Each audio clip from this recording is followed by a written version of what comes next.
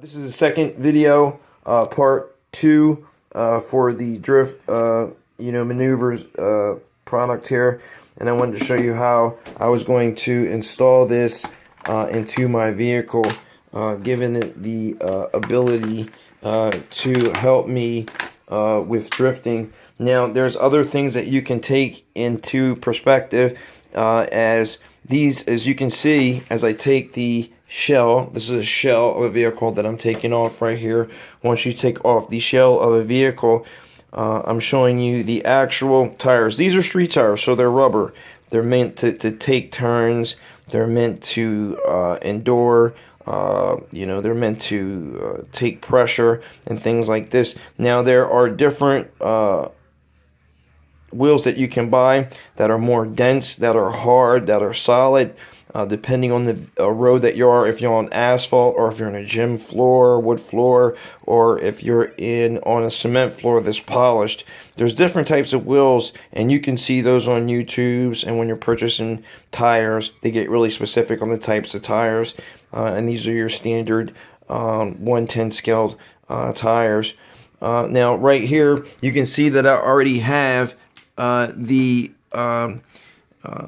chip, the RC Drift Maneuvers chip already placed in the vehicle, and it's real simple.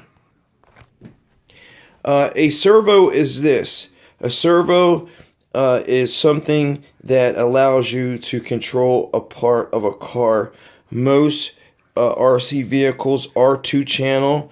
One controls the actual the steering, and one controls the actual throttle, and I'm going to show you. So in this particular situation, it's going to take a minute for the chip to click in here. Now that it's clicked in, bear with me, it takes a second. While that's taking a moment to click in, and it's setting itself because it's balancing the vehicle. It knows that the vehicle was stopped. And again, this is how it helps you maneuver your actual drift maneuvers. Bear with me. Alright, now once it's locked in, you still have the ability to turn. And again, when I was mentioning servos are little servos that you can embed into the vehicle here and here in this particular instance.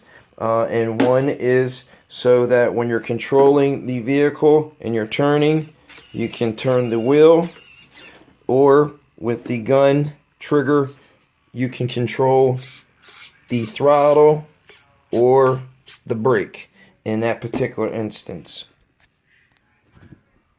As I mentioned, this product is a very small product. You could purchase it. This is a Telebee. It's a good product. It was inexpensive, and I wanted to try it out. HPI and some other manufacturers have some more expensive ones, but this one just does the job. In here, you can see with a tiny screw, you can adjust the steering through your vehicle as well, and you can adjust the drift, and I'll explain that as well. And it's really simple. And what you do is you will take the chip, which is right there. I placed it right there. And then you would connect your servo into this, and then simply put the servo back onto the transmitter and receiver, and that's it. And then you find a nice little snug place to put it on the vehicle.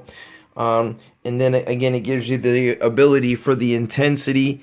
Here with a little screw, you can adjust it for highs and lows.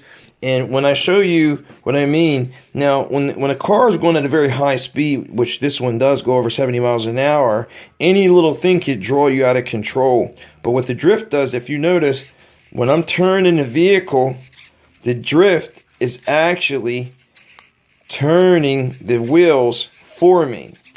The controller is sitting right there. So if I turned it, I would have control of it. But let's just say I'm going at a very high speed and I go off track. This is going to